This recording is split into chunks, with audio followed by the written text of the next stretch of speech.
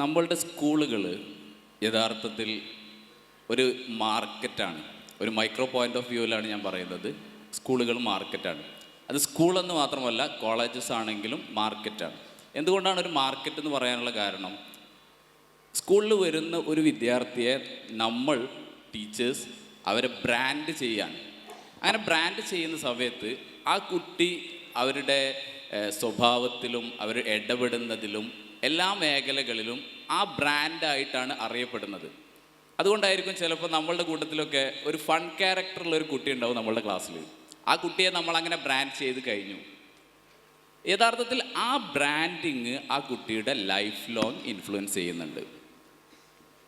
ഇനി ആക്ച്വൽ മാർക്കറ്റിലേക്ക് നമ്മൾ ഇറങ്ങിക്കഴിഞ്ഞാൽ ഒരു ബ്രാൻഡ് അത് ഒരു സ്വഭാവത്തെയോ അല്ലെങ്കിൽ അതൊരു പ്രോഡക്റ്റിനെയോ ഒരു സർവീസിനെയോ ഒക്കെ റെപ്രസെൻ്റ് ചെയ്യുന്ന കാര്യമായിരിക്കും. ഇതേപോലെ ഒരു സ്റ്റുഡൻറ്റിനെ നമ്മൾ നീ ഇതാണ് എന്ന് പറഞ്ഞുകൊണ്ട് ബ്രാൻഡ് ചെയ്ത് കഴിയുമ്പം ആ ഒരു ലോക്കിൽ നിന്ന്, ആ ഒരു സർക്കിളിൽ നിന്ന് പുറത്തേക്ക് വരാൻ ആ കുട്ടിക്ക് പലപ്പോഴും പറ്റാറില്ല. ഞാൻ മനസ്സിലാക്കുന്നത് ഇന്നത്തെ എഡ്യൂക്കേഷൻ സിസ്റ്റത്തിൽ ഏറ്റവും പ്രധാനപ്പെട്ട ഒരു ഇഷ്യൂ അതാണ് എന്നുള്ളതാണ്. ഒരു യൂണിഫോം സിസ്റ്റം നമ്മൾ സെറ്റ് ചെയ്തു. ആ സെറ്റ് ചെയ്ത സിസ്റ്റത്തിൽ നിന്നുകൊണ്ട് നീ ഇങ്ങനെയാവണം, ഇതാണ് നീ എന്ന് പറഞ്ഞത് കൊണ്ട് നമ്മൾ അവനെ അല്ലെങ്കിൽ ആ ഒരു വിദ്യാർത്ഥിയെ ഒരു സിസ്റ്റം ജനറേറ്റ് ചെയ്യുന്ന ഒരു പ്രൊഡക്റ്റാക്കിയിട്ട് മാറ്റുമ്പം ആക്ച്വലി അവൻ്റെ ഒരു സ്വതസിദ്ധമായിട്ടുള്ള ഭാവനയും ക്രിയേറ്റിവിറ്റിയും കാര്യങ്ങളും വരുന്നില്ല എന്നുള്ളതാണ്. ഈ ഒരു സെഷനിൽ ക്വസ്റ്റ്യൻ ചോദിക്കാൻ പറ്റുമെന്ന് അറിയില്ല, എന്നാലും ഞാൻ ചോദിക്കുകയാണ്. നമ്മൾ പഠിച്ച അല്ലെങ്കിൽ നമ്മൾ സ്കൂളുകളിൽ നിന്നും പഠിച്ച, കോളേജുകളിൽ നിന്ന് നമ്മളായിട്ടുള്ള അതേ കാര്യമാണോ നമ്മൾ ലൈഫിൽ ജോബാണെങ്കിലും അല്ലെങ്കിൽ ബിസിനസ് ആണെങ്കിലും ചെയ്യുന്നത് എന്ന് ചോദിച്ചാൽ നമ്മൾ അധിക പേരും നോ ആയിരിക്കും ആൻസർ. നമ്മൾ ചെയ്യുന്ന കാര്യം അത് പഠനത്തിൽ നിന്ന് ഒരുപാട് വ്യത്യസ്തമായിട്ടുള്ള കാര്യങ്ങളായിരിക്കും. അതിനർത്ഥം സ്കൂൾസ് വേണ്ട എന്ന രീതിയിലേക്കൊന്നും അല്ല ഞാൻ പോകുന്നത്. ഇതേപോലെ മറ്റൊരു ക്വസ്റ്റ്യനും കൂടെ ഉണ്ട്. നമ്മൾ ഒരു സ്പെസിഫിക് ആയിട്ടുള്ളൊരു സ്ഥലത്ത് നിന്ന് പഠിക്കുന്നതാണോ അതല്ലെങ്കിൽ നമ്മളുടെ യാത്രകളിൽ നമ്മൾ അക്വയർ ചെയ്യുന്ന എക്സ്പീരിയൻസ്ഡ് നോളജാണോ ഏറ്റവും കൂടുതൽ നമ്മളെ സ്വാധീനിച്ചതെന്ന് ചോദിച്ചാൽ നിങ്ങളുടെ ഉത്തരം എന്തായിരിക്കും? യാത്രകളായിരിക്കും. അതിൻ്റെ കാരണം എക്സ്പീരിയൻസ്ഡ് ലേണിംഗ് ആണ്. നമ്മൾ എക്സ്പീരിയൻസ് ചെയ്തുകൊണ്ട് പഠിക്കുക എന്നുള്ളതാണ്. ഞാൻ പറഞ്ഞു വരുന്നത്, ഈ യാത്രകളിൽ നമ്മൾക്ക് ആവശ്യമുള്ളത്, ഇഷ്ടപ്പെടുന്നത്, ഇനിയും നമ്മൾക്കത് പകർത്തണം എന്ന് തോന്നുന്നതിനെ വല്ലാതെ അറ്റാച്ച്ഡ് ആയിക്കൊണ്ട് നമ്മളത് നമ്മളിലേക്ക് അബ്സോർബ് ചെയ്യുന്നു. അതുകൊണ്ട് നമ്മളതിനെ ഇഷ്ടപ്പെടുന്നു എന്നുള്ളതാണ്. എഡ്യൂക്കേഷൻ സിസ്റ്റത്തിൽ ഇങ്ങനെ ഒരു മാറ്റം വരണമെന്നാണ് ഞാൻ പ്രതീക്ഷിക്കുന്നത്. ന്യൂ എഡ്യൂക്കേഷൻ പോളിസിയൊക്കെ ഇംപ്ലിമെൻറ്റ് ചെയ്ത് കഴിഞ്ഞു, അത് നന്നായിട്ട് വരുന്നുണ്ട്. പക്ഷേ സ്റ്റിൽ അവിടെ ഒരു ഗ്യാപ്പ് ഉണ്ട്. എന്താണ് ആ ഗ്യാപ്പ്?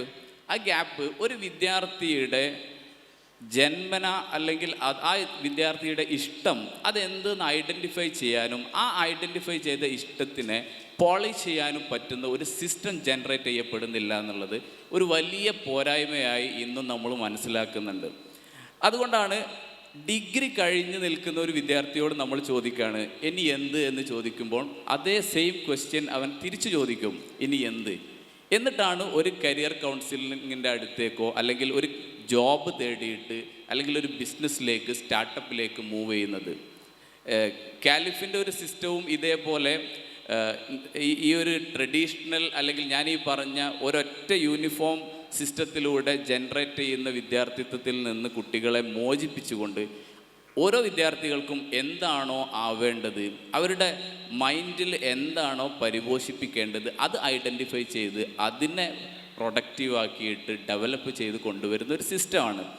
ഞാൻ കൂടുതൽ കാലിഫിനെ കുറിച്ചോ അല്ലെങ്കിൽ ഈ സിസ്റ്റത്തെക്കുറിച്ചോ അല്ല സംസാരിക്കുന്നത്. വിദ്യാർത്ഥികൾക്കിടയിൽ അവരുടെ ഇഷ്ടത്തെയും ടേസ്റ്റിനെയും ഡെവലപ്പ് ചെയ്യുക എന്നുള്ളത് വളരെ ഇമ്പോർട്ടൻ്റ് ആണ്. ഞാനിത് പറയുന്നത് UN മുന്നോട്ട് വെക്കുന്ന 10 എസെൻഷ്യൽ എഡ്യൂക്കേഷൻ ഉണ്ട്. ആ 10 എസെൻഷ്യൽ എഡ്യൂക്കേഷൻ അല്ലെങ്കിൽ ലൈഫ് സ്കിൽസ്, ആ ലൈഫ് സ്കിൽസിൽ ഏറ്റവും പ്രധാനപ്പെട്ട പല കാര്യങ്ങളും നമ്മളുടെ നിലവിലെ എഡ്യൂക്കേഷൻ സിസ്റ്റത്തിൽ നിന്ന് കിട്ടുന്നില്ല. അതിൽ നമ്പർ 1 ആയിട്ട് വരുന്നത് സെൽഫ് അവെയർനെസ് ആണ്.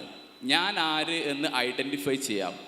ആ ഐഡൻറ്റിഫിക്കേഷൻ ഒന്നും നടത്തുന്നതിന് പകരം അല്ലെങ്കിൽ അതിൻ്റെ മുന്നേ തന്നെ നമ്മൾ പറയാണ് നീ ഇതാണ് അല്ലെങ്കിൽ ഇത്രയും 10 സബ്ജക്ട്സ് ആണ് നീ 10th പഠിക്കേണ്ടത്, നീ +2 ആകുമ്പോഴേക്ക് 6 സബ്ജക്റ്റുകളാണ് പഠിക്കേണ്ടത്, ഇത് നീ പഠിച്ചിരിക്കണം. അല്ലെങ്കിൽ നീ 10th മാർക്ക് കുറഞ്ഞു കഴിഞ്ഞാൽ നീ സയൻസിന് ആപ്റ്റ് അല്ല, നീ എടുക്കേണ്ടത് കോമേഴ്സ് ആണ്. ഇങ്ങനെ ഒരു പ്രീ ഡിറ്റർമൈൻഡ് ആയിട്ടുള്ള ഒരു സിസ്റ്റം ഒരു വിദ്യാർത്ഥിയെ എത്രമാത്രം ക്രൂശിക്കുന്നുണ്ട് എന്നുള്ളത് എനിക്ക് തോന്നുന്നു കുറച്ചുകൂടി ചിന്താവിധേയമാക്കേണ്ടതുണ്ട് എന്നുള്ളതാണ്.